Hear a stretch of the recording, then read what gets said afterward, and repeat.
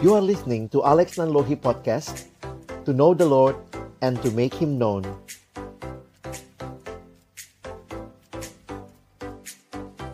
Datang dalam ucapan syukur siang hari ini. Terima kasih Tuhan karena sungguh Engkau baik dan Engkau menyatakan kebaikan-Mu di dalam hidup kami.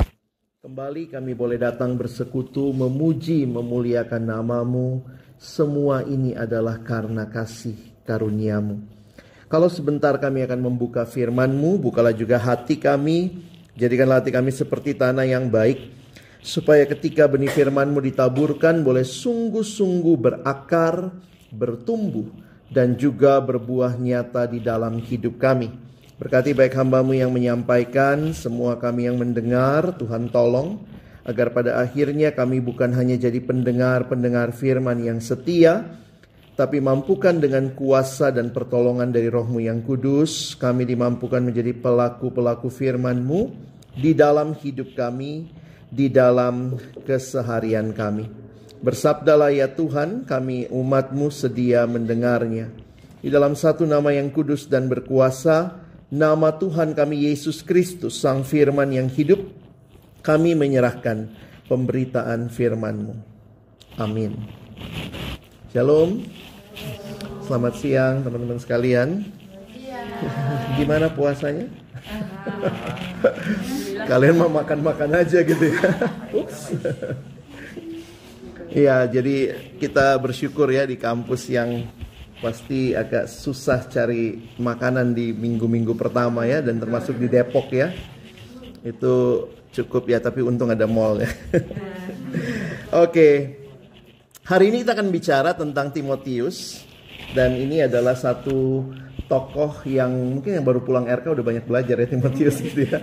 Nah, tapi kali ini kita akan melihat bagaimana sebagai pelayan Tuhan, kalau mungkin kalian hari ini menyebutnya dalam kaitan dia menjadi penginjil, orang yang memberitakan Injil. Nah, kita akan melihat sama-sama bagaimana Timotius atau Paulus men-sharingkan hal ini. Makanya ini judulnya Instruction to Timothy, Upholding Faith with Pure Consciousness ya. Sama-sama kita akan baca 1 Timotius pasal yang pertama. Saya ajak kita baca dari awalnya ya. Ini surat. Jadi di Alkitab itu Paulus menulis kurang lebih 13 surat. Suratnya dia dibagi dua. Ada yang disebut sebagai surat-surat penggembalaan.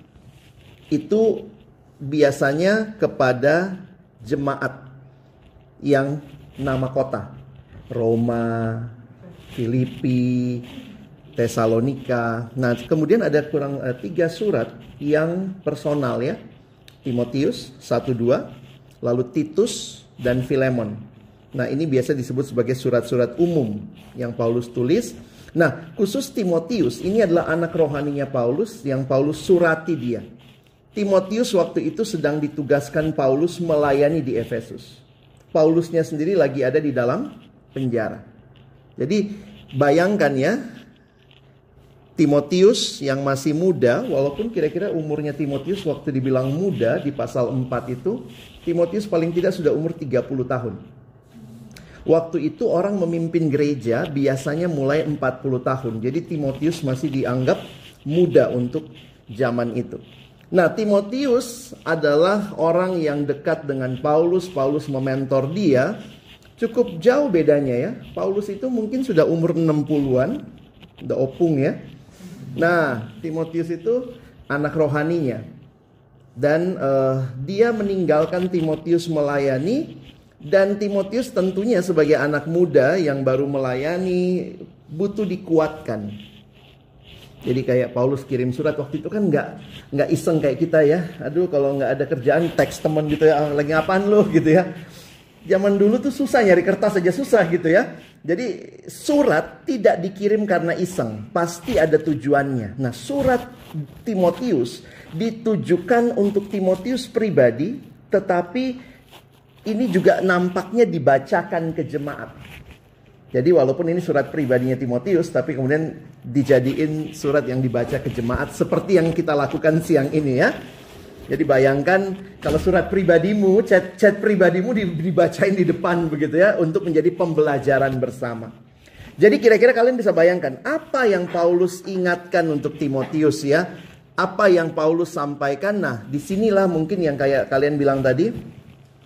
Paulus meng-highlight, jadilah pemberita Injil yang seperti ini.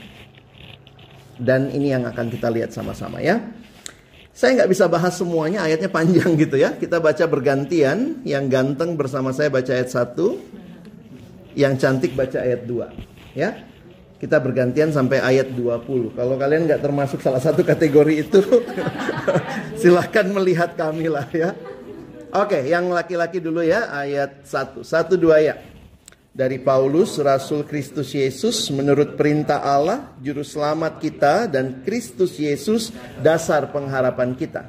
Kepada Timotius, anakku yang sah di dalam iman, kasih karunia, rahmat dan damai sejahtera dari Allah Bapa dan Kristus Yesus Tuhan kita menyertai engkau. Ketika aku hendak meneruskan perjalananku ke wilayah Makedonia, aku telah mendesak engkau supaya engkau tinggal di Efesus dan menasehatkan orang-orang tertentu agar mereka jangan mengajarkan ajaran lain. Aku sibuk dengan dongeng dan silsilah yang tiada putus-putusnya, yang hanya menghasilkan persoalan belaka dan bukan tertib hidup keselamatan yang diberikan Allah dalam iman.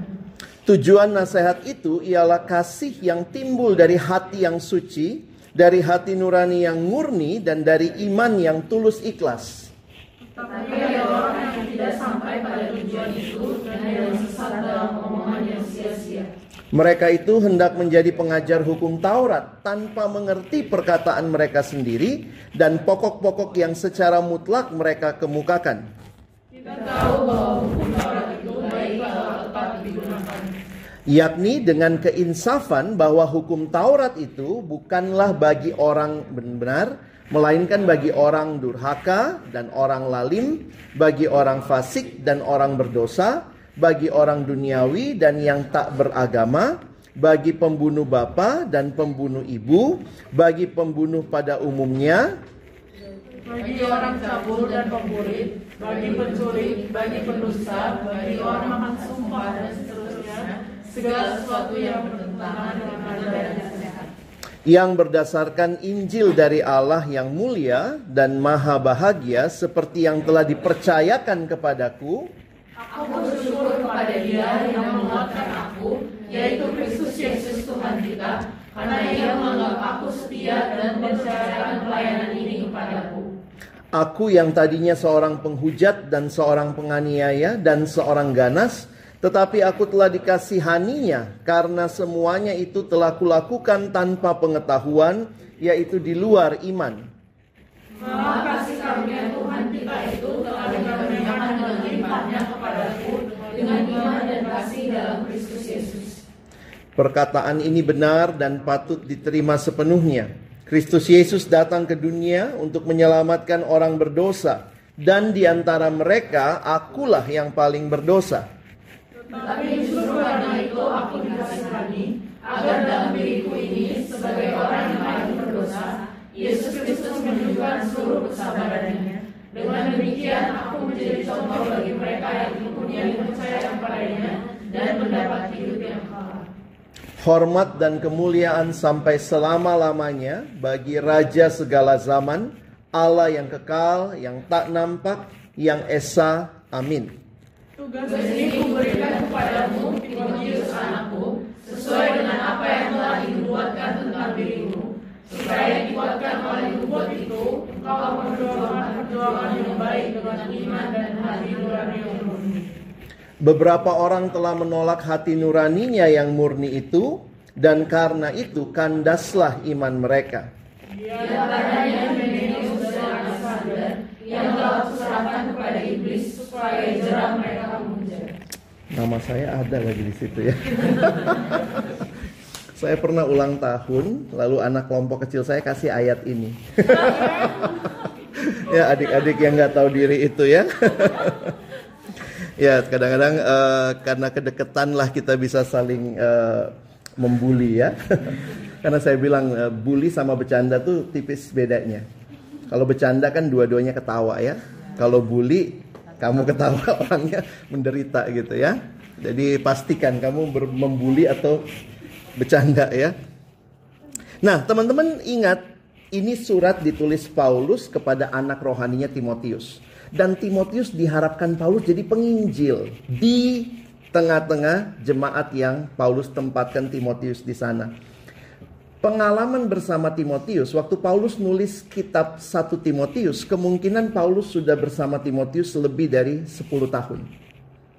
Ya, bisa sampai beberapa penafsir bilang 14-16 tahun. Jadi Paulus tuh kenal baik dengan Timotius. Karena dia kenal baik, perhatikan beberapa kali misalnya ya, coba kita lihat. Dia bisa bilang tentang hati nuraninya Timotius nih.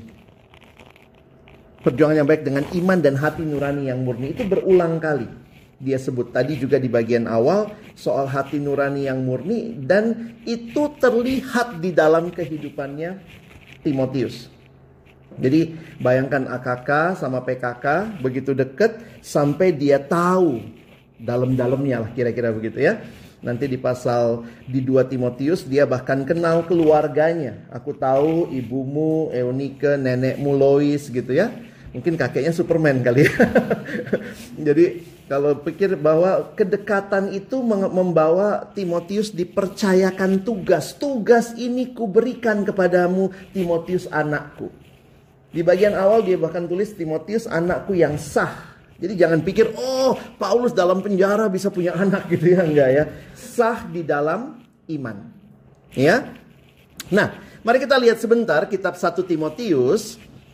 Kitab 1 Timotius ini kalau kita lihat ya, pada zaman itu kalau surat selalu diawali sama penulisnya. Dari Paulus, Rasul Kristus Yesus menurut perintah Allah, kepada Timotius anakku yang sah dalam iman. Lalu Paulus memberikan ini yang biasa sebut blessings ya. Kasih karunia, rahmat dan damai sejahtera. Menarik untuk memperhatikan ya, kalau kita menggali ini saja udah bisa jadi satu khotbah sendiri ya. Karena apa? Di dalam surat-surat yang lain biasanya salamnya cuma 2 ya. Kasih karunia dan damai sejahtera. Khusus di surat Timotius ada rahmat, mercy, ini peace, ini grace ya. Ada juga grace di sini ya. G. Halo. Apa bedanya mercy sama grace? Si mercy sama si grace. Mercy itu apa yang harusnya saya terima. Jadi misalnya saya harusnya dihukum nih. Saya harusnya dihukum, tapi saya tidak terima itu. Itu namanya mercy. Jadi kan kita itu kalau dosa, upah dosa adalah maut. Harusnya kita ngalamin maut. Kita nggak ngalamin maut, namanya mercy. Grace itu apa? Apa yang tidak seharusnya kita terima, malah kita terima. Harusnya kita ini, jadi gini, kalau Tuhan nggak hukum kita aja udah syukur ya. Diangkat lu juga loh jadi anaknya. Itu grace. Ya. Nah, di sini muncul dua-duanya nih, kasih karunia dan rahmat. Mercy bicara apa yang harus saya terima tapi tidak jadi saya terima. Grace bicara apa yang tidak seharusnya saya terima, malah saya terima. Wah, itu bisa jadi khotbah sendiri gitu ya. Nah, kenapa? Karena saya pikir Paulus sendiri mengalami itu. Makanya lihat sharingnya tadi ya. Dia bilang aku seorang ganas, seorang pembunuh. Tidak dihukum aja udah syukur. Tetapi Tuhan bahkan jadikan dia pelayannya. Siapakah penginjil yang sejati? Orang yang sudah mengalami kasih karunia dan rahmat dari Allah. Jadi saya harap kita semua yang sudah percaya, jadi jangan bilang oh dia penginjil nih, dia soalnya sudah sekolah teologi. Tidak, semua kita yang mengalami rahmat dan damai kasih karunia dan rahmat dari Tuhan, kitalah orang-orang yang bisa memberitakan Injil. Karena kita memberitakan apa yang kita alami. I once was lost, but now I'm found. Dulu ku buta bercela, sekarang ku hidup. Amazing grace, how sweet the sound ya. Nah, kita lihat konteks sebentar ya, karena kalian di surat minta konteks ya. Repot amat sih. Waktu tulis surat ada kondisi ya, tahunnya sekitar ini ya.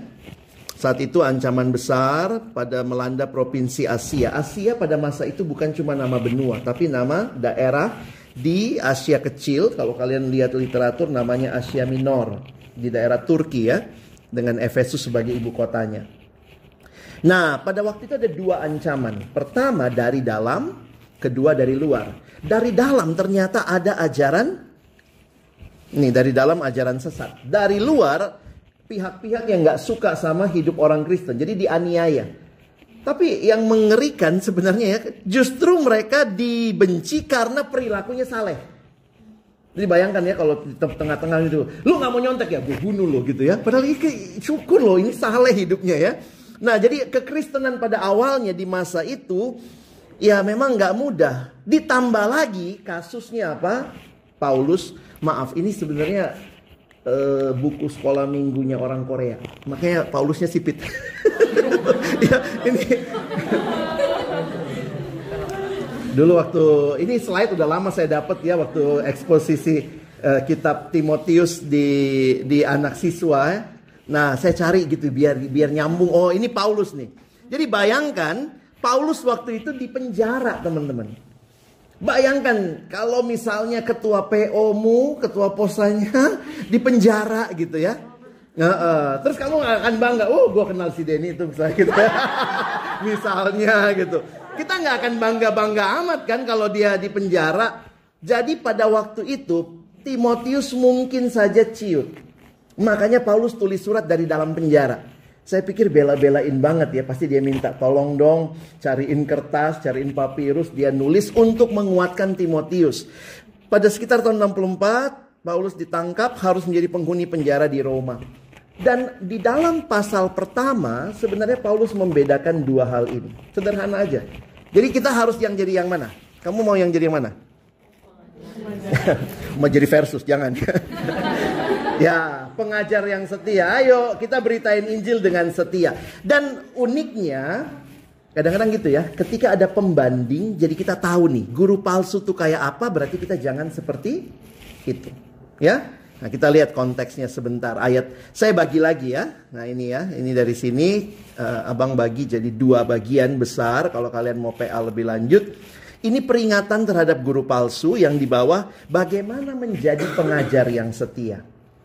Nah tentu yang ini yang kita mesti bawa pulang ya. Jangan kalian makin saya kayaknya guru palsu deh bang. Memang ya barang kalau bagus pasti ada KW-nya ya. Sayangnya KW-nya itu hancur. Nah kita lihat sebentar. Ketika aku, Paulus, hendak meneruskan perjalanan ke wilayah Makedonia, aku telah mendesak engkau supaya engkau tinggal di Efesus. Jadi nampaknya Timotius tidak bilang, aku dong di Efesus. Karena dia masih muda. Dan jangan kalian pikir Efesus itu kota kecil ya. Mungkin kalian bilang, di Alkitab paling penduduknya 3 orang. Nggak gitu dong. Nah ini ya. Nah ini namanya Asia Kecil. Kalau kalian lihat peta Alkitab, ini namanya Asia Kecil. Itu kalau huruf besar semua itu adalah nama provinsi. Nah ini provinsi Asia Kecil. Namanya Asia Minor. Ada Frigia, ini provinsi lain. Ada Misia, ada Galatia. Ini Makedonia. Jadi waktu Paulus mau ke Makedonia, dia mendesak tim gitu ya. Kira-kira ya, kan masih panggilnya Tius gitu kan. Tim, tinggal di Efesus. Timotius tinggal di Efesus. Jadi waktu itu Paulus lanjutkan perjalanan, Timotius tinggal di Efesus. Dan ternyata perjalanan Paulus dia ditangkap, dibawa ke penjara Roma. Jadi dari penjara Roma, Paulus tahu nih, aduh kasihan. Jadi itu ya bukan telepati ya, karena nggak ada telepon waktu itu ya. Dia udah kebayang nih, pasti Timotius sedih juga gitu ya, harus ada di Efesus sendiri sebagai seorang yang masih tergolong muda. Efesus itu kayak apa? Lihat ya, letaknya Efesus itu di pelabuhan. Jadi itu kota metropolitan pada masa itu. Sedikit tentang Efesus ya. Kota perdagangan, dekat laut, ternama dengan kebudayaan Yunani. Dan ini yang sebenarnya paling terkenal. Ada kuil Dewi Artemis, itu Dewi Cinta, Dewi Kesuburan. Dengan lebarnya 46 meter, panjangnya 115 meter, tingginya 18 meter. Jadi kalau kalian bisa bayangkan itu indahnya pada masa itu, tapi ini berhala. Dan peradabannya maju. Kalau kalian punya kesempatan jalan-jalan ikut tur ke Turki, pasti mampir Efesus. Ya, ada yang udah pernah? Ya. Ya, beberapa tahun lalu abang punya kesempatan ke sana, nggak tahu juga berada di Efesus gitu ya. Nah, ini daerahnya. Jadi ini sisa kota Efesus digali lagi. Dan waktu digali itu ditemukan lah ya, kota Efesus ini indah sekali. Ini pualam, marmer pualam. Itu jalan kotanya, bukan aspal ya. Lalu kemudian ini sisa-sisa. Nah, ini kotanya. Kita 21 di sini segede apa? XX1. Berapa studio? 6. Satu studio berapa orang? 100 kali 6, jadi sebenarnya kalau semua full 600 ya. Kota Efesus punya teater, amphitheater yang memuat 25.000 penonton. Bayangkan Timotius di situ ya, melayani orang kota besar. Ini nih, 25.000 penonton, dan itu hebatnya ya. Ya jangan bayangin 21 ya, reclining situ. Enggak lah begitu ya. Ini orang. Jadi orang duduk mengelilingi ini. Saya tes waktu itu ya, saya di atas duduk, kakak saya di sini ngomong, kedengeran loh di atas. Akustiknya tuh luar biasa.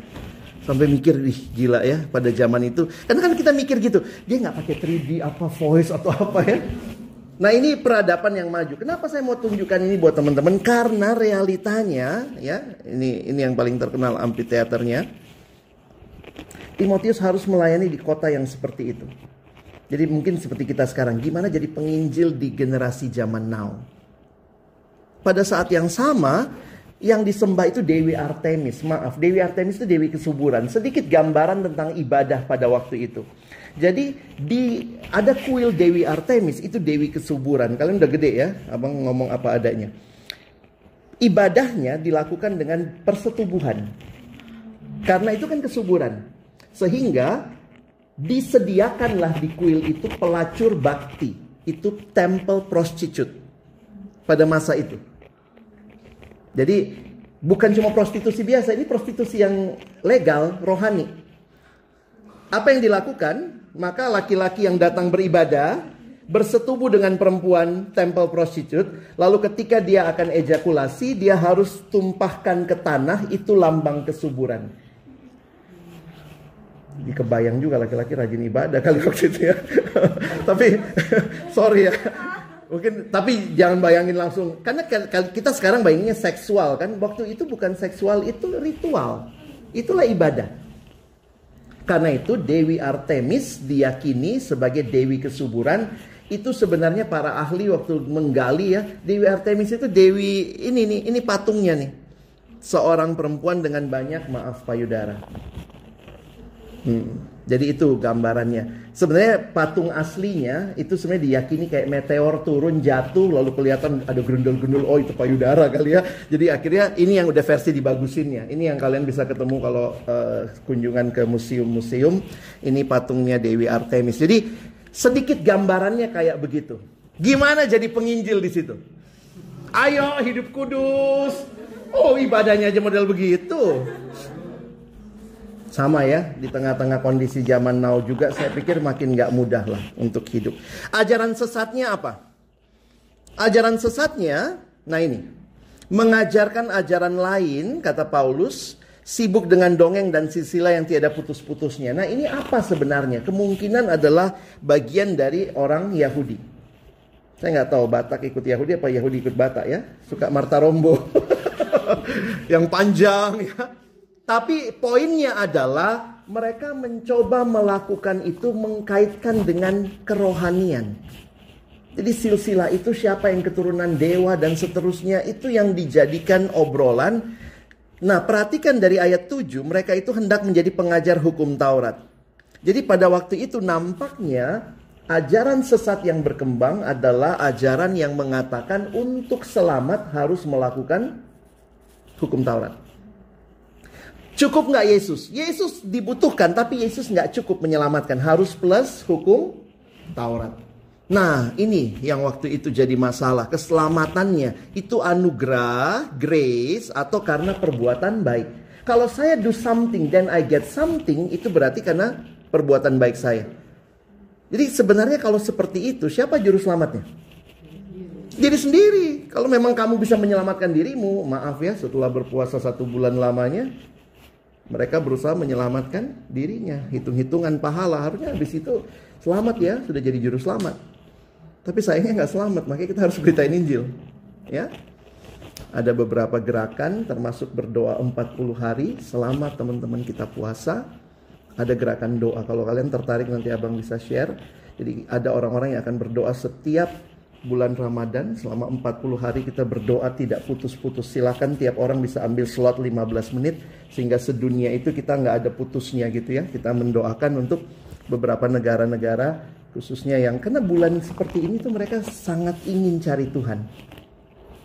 Nah, kita berdoa supaya benar-benar mereka bertemu dengan Tuhan. Dengan berbagai cara lah. Kadang-kadang ada yang di negara-negara yang tertutup banget, mereka melihat mimpi dan segala macam. Ada yang memang karena diberitakan Injil.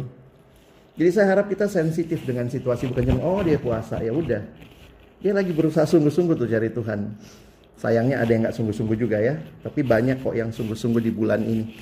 Nah, ini yang menjadi hal yang menarik ya. Kita baca kitab Roma, Paulus juga sudah tulis gini. 1-2 ya. Jika demikian, apakah dasarnya bermegah? Berdasarkan apa? Berdasarkan perbuatan? Tidak. Melainkan berdasarkan iman. Karena kami yakin bahwa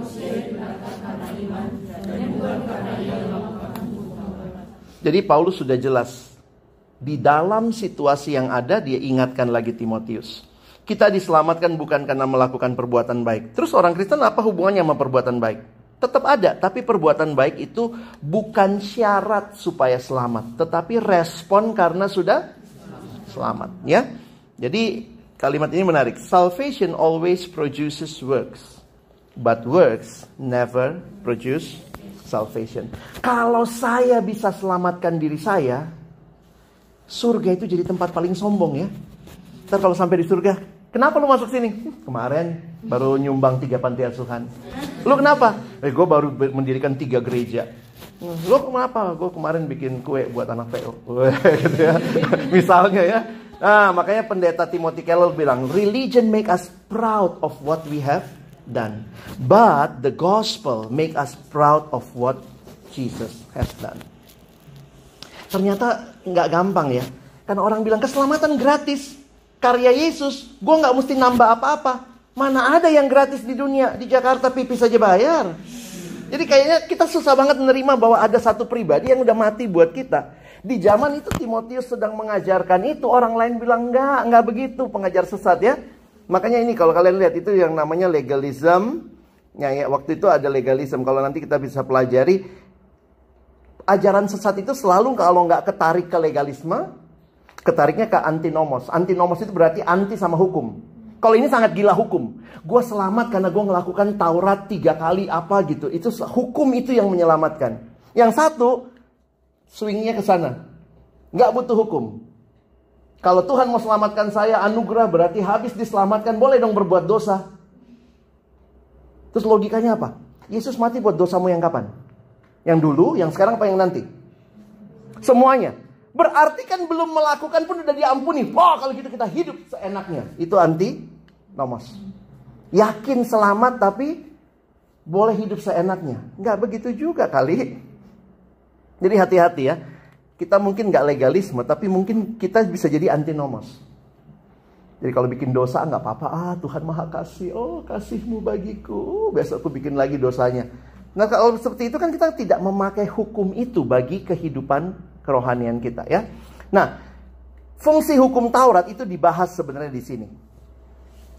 Kita tahu bahwa hukum Taurat itu baik kalau tepat digunakan, yakni dengan keinsafan, bahwa hukum Taurat itu baik bagi orang benar. Nah, di sini ada juga ya, ini pemburit itu apa? Itu homoseks.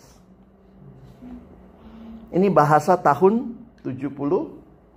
Alkitab yang TB1 itu tahun 74. Makanya sekarang ada TB yang kedua ya.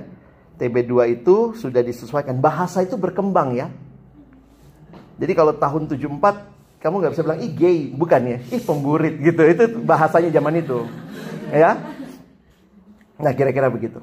Nah, kenapa ini fungsi hukum Taurat? Karena Paulus lagi bicara ke Timotius. Jadi saya jadi ngerti gini ya, gimana kita bisa jadi penginjil buat generasi ini? Kamu ngerti dulu masalah kesesatannya apa. Makanya Paulus bilang, hukum Taurat itu penting. Tapi hukum Taurat itu cuma ngasih tahu lu berdosa. Hukum Taurat tidak membawa orang sampai kepada keselamatan. Mesti perlu Yesus. Nah, makanya Paulus jelasin ke Timotius nih. Ya, cukup panjang nih. Makanya Johannes Calvin bilang begini ya, Bapak John Calvin. Hukum Taurat menjadi cermin yang menunjukkan karakter Allah sekaligus keberdosaan kita. Jadi kalau ada hukum, dari mana saya tahu ini nggak boleh? Ya waktu saya lihat hukumnya. Oh nggak boleh toh. Ya jadi sadar. Hukum Taurat juga kata Calvin berperan mencegah kejahatan di tengah masyarakat. Calvin bilang gini, bayangkan kekacauan yang terjadi apabila nggak ada kesadaran akan hukum ilahi. Yang ketiga, hukum Taurat menunjukkan apa yang berkenan kepada Allah dan untuk menuntun segala perilaku kita. Kalau Opung Martin Luther bilang hukum Taurat diberikan untuk membuat kita frustasi. Ih gila ya begitu lihat hukum. Jangan mencuri, aduh gua banget. Jangan membunuh, aduh gua banget. Jangan berzina, aduh lebih gua banget. Jadi hukum Taurat itu hanya bikin kita frustasi. Dan dari titik frustasi kita tahu kita butuh keselamatan. Makanya Yesus menggenapkan hukum Taurat. Karena hukum Taurat ini tidak akan ada solusinya. Ada yang sempurna melakukan hukum Taurat? Enggak. Makanya Yesus lakukan. Karena Yesus lakukan, kita bisa selamat kalau lakukan hukum Taurat. Nggak bisa, makanya Yesus lakukan. Kita sekarang percaya pada apa yang Yesus lakukan bagi kita. Jadi jangan sampai jadi penginjil. Kalian mau memberitakan Injil, tapi kalian nggak tahu Injil itu apa. Ada guru sekolah minggu ngajar gini, denger ya. Adik-adik, untuk jadi anak Tuhan kita harus rajin ke gereja, rajin baca Alkitab, rajin beribadah supaya jadi anak Tuhan. Benar nggak teologianya? Apa yang membuat kita jadi anak Tuhan? Itu kan usaha kita dong. Ini guru sekolah minggu loh. Di gereja-gereja banyak. Yang harusnya diceritakan, untuk kita jadi anak Tuhan ada satu pribadi yang sudah mati bagi kita. Namanya Yesus. Kalau kita percaya kepada Dia, kita jadi anak Tuhan. Anak Tuhan hidupnya harus bagaimana? Rajin baca Alkitab. Beda nggak ceritanya? Beda banget. Ngajarnya sekolah minggu, tapi yang diajarin ajaran dari masjid. Lakukan ini, lakukan itu supaya jadi anak Tuhan. Loh, yang menjadikan kita anak Tuhan tuh karya Kristus di kayu salib loh. Nah, jangan pergi sebelum kamu tahu apa beritamu. Saya ingat zaman dulu kalau film-film apa Dono Kasino Android ya. Kalian tahu ya? Toto dia ada jual. Ini obat penumbuh rambut. Hebat banget, lebat banget rambutnya. Begitu ada angin, cet gitu ya. Botak gitu ya. Jangan jadi calo. Ayo ke surga. Tapi kita sendiri nggak kesana gitu ya. Kita sendiri nggak tahu apa itu yang menjadi hal yang menarik. Salah satu caranya menguji suatu pengajaran sejalan dengan Allah atau tidak, lihat buahnya. Kenapa? Karena apa yang kita yakini menentukan perilaku. Maka Paulus mendesak agar para pengajar palsu ditegur dan ditolak. Mempercayai kebenaran Allah akan menuntun seorang pada kesalehan yang sejati. Jadi sederhana sebenarnya ya. Bagaimana menjadi pengajar yang setia? Sekarang kita masuk ya, seperti yang kita lihat. Hidup saleh itu ditandai dengan hati yang suci. Itu bicara hidup kudus. Hati nurani yang murni yang berulang kali Paulus sampaikan itu terkait motivasi. Jangan menjadi pemberita Injil dengan motivasi yang buruk. Saya harus sadari ya, kadang-kadang hamba Tuhan tipis bedanya sama hamba uang. Begitu udah terkenal bikin KKR gede, pakai harga tanda masuk lagi kadang-kadang gitu ya. Terus nanti bikin, kalaupun nggak bayar nanti persembahannya gitu. Jadi sebenarnya dia mau memberitakan Injil atau lagi cari duit dari situ. Iman yang tulus, ikhlas, tidak munafik. Para pengajar yang memberitakan firman Allah dengan benar bertujuan bukan buat dirinya, tapi untuk pendengarnya. Mempunyai kasih ilahi. Pelayanan mereka akan mendukung pekerjaan Allah, bukan menghalanginya. Sementara pengajar sesat apa? Ini nih dampak buruknya. Bikin persoalan, omongan sia-sia, penyesatan. Sementara itu para pengajar palsu tidak akan menghasilkan kesalehan dalam hidup pelayanan mereka. Kita dapat mengenali pengajaran palsu, ajaran palsu yang mereka bawa dengan cara ya kita mesti kuasai kitab suci. Kita tahu Alkitab kita uji isinya, motivasi, serta hasil pengajarannya. Jadi teman-teman, ingat ya, hati-hati. Guru palsu ini sebenarnya menjadi satu juga cerminan bagi kita. Bagaimana menjadi pengajar yang tulus. Bagaimana menjadi penginjil yang baik. Sebagai penutup, bagaimana cara Timotius menghadapi pengajar sesat? Kalian harus baca seluruh kitab 1 Timotius.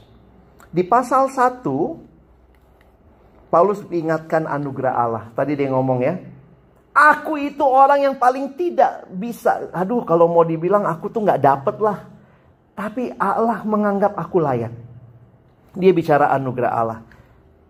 Kalau PKK-mu ngomong anugerah Allah, pasti dia tahu juga kalau anugerah yang sama berlangsung dalam hidupmu, kamu sebenarnya siap jadi pemberita Injil. Jadi saya membayangkan ya, Paulus kayak tepuk-tepuk pundaknya Timotius ya, dipuk-puk ya. Tim, aku ngalamin anugerah Allah. Ini sekarang bagianmu. Puk-puk virtual kan lewat surat ya. Lalu apa? Pegang pada kebenaran. Nanti bahas pasal 4 ya. Kalian bisa lihat itu di casingnya. Lalu kemudian hidup jadi teladan. Dan terakhir, setialah melayani Tuhan. Jadi kalau kalian baca seluruhnya kitab 1 Timotius, misalnya kalian ingat ayat ini ya. Coba kita baca ini, ayatnya udah sedikit dimodifikasi karena pakai versi yang lain. 1, 2 ya. Jangan biarkan orang memandang rendah karena engkau muda. Biarlah mereka menghormatimu karena mereka melihat teladanmu di dalam perkataanmu dan tingkah lakumu, di dalam kasih dan iman dan kemuliaan. Jadi Timotius harus jadi teladan. Dalam apa? Dalam semua hal nih.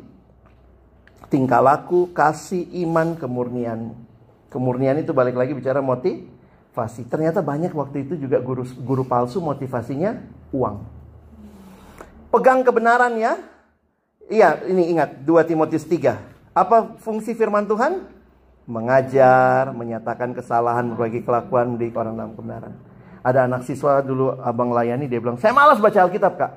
Kenapa? Kayaknya tentang saya semua. Bagus dong gitu ya. Tiap kali dia baca kayak firman negur, aduh gua banget kak, jelek banget nih. Ya udah, itu memang Tuhan kasih buat kamu. Dengan apakah seorang muda mempertahankan kelakuannya bersih? Menjaganya sesuai firman. Kalian akan jadi penginjil di generasi ini. Bukan karena sudah sekolah teologi ya, tapi karena kalian sudah mengalami anugerah Allah. Pegang kebenaran. Teladan hidupmu akan berbicara di mana kamu hadir. The Bible will keep you from sin. Or sin will keep you from the Bible. Alkitab tidak diberikan untuk informasi ya. Kita tuh baca Alkitab bukan untuk Bible quiz ya. Aduh, saya satu tadi pagi supaya saya tahu Efesus di mana, Asia Minor di mana. No. The Bible is for our transformation. Alkitab tidak diberikan untuk informasi, menambah pengetahuan, tapi mengubah kehidupan. Dan bukti bahwa kamu memberitakan Injil adalah kamu mengalami kuasa Injil itu mengubah hidupmu. Nggak usah pergi jauh-jauh. Ayo begini-begini. Gimana dengan hidup kita? Kamu sudah alami nggak? Your life speaks louder than your words. Hidupmu akan berbicara lebih kencang. Tentu apalagi kalau kamu ngomong juga. Then it will be a very strong testimony. Ya, kiranya Tuhan menolong adik-adikku. Kalian jadi penginjil-penginjil dalam generasi ini. Amin. Mari berdoa. Tuhan, terima kasih banyak teladan Timotius yang kami pelajari dalam surat ini. Paulus mendorong, mengingatkan untuk Timotius tetap berpegang pada kebenaran, tetap menjaga motivasi, tetap menguasai apa yang diberitakan, dan bahkan menunjukkan hidup yang sesuai dengan berita yang disampaikan. Kalau Injil itu menyelamatkan, Injil itu mengubahkan, mentransformasi, itu terlihat dalam hidupnya sebelum dia memberitakannya. Kiranya kami juga yang ada di generasi ini, instruksi ini juga bagi kami. Orang-orang yang telah mengalami kasih karunia Tuhan, yang rindu agar hidup kami menceritakan siapa Yesus yang telah mengubah kami. Khususnya dalam kehadiran kami di kampus, kami mungkin secara jumlah minoritas. Kami kerja kelompok dengan banyak teman yang mungkin tidak seiman dengan kami. Kami bikin tugas, kami duduk di kelas, kami berinteraksi dengan dosen-dosen yang juga mungkin tidak seiman dengan kami. Tuhan, seringkali kami mungkin sadar kami gagal menjadi saksi-Mu. Tapi kiranya hari ini kami terus diingatkan betapa pentingnya berita Injil juga didengar oleh mereka. Kasih kesempatan ya Tuhan, kami juga menyaksikan siapa Yesus yang kami percaya di dalam interaksi kami. Tolong kami tidak jadi orang yang aneh, tiba-tiba menjadi orang yang berbeda, membuat orang lain merasa kami aneh. Tapi kami menceritakan Yesus dengan natural dalam percakapan, di dalam kesaksian, di dalam keseharian kami. Terima kasih, tolong kami sekali lagi. Bukan cuma jadi pendengar yang setia, tapi jadi pelaku-pelaku firman-Mu. Dalam nama Yesus kami berdoa. Amin.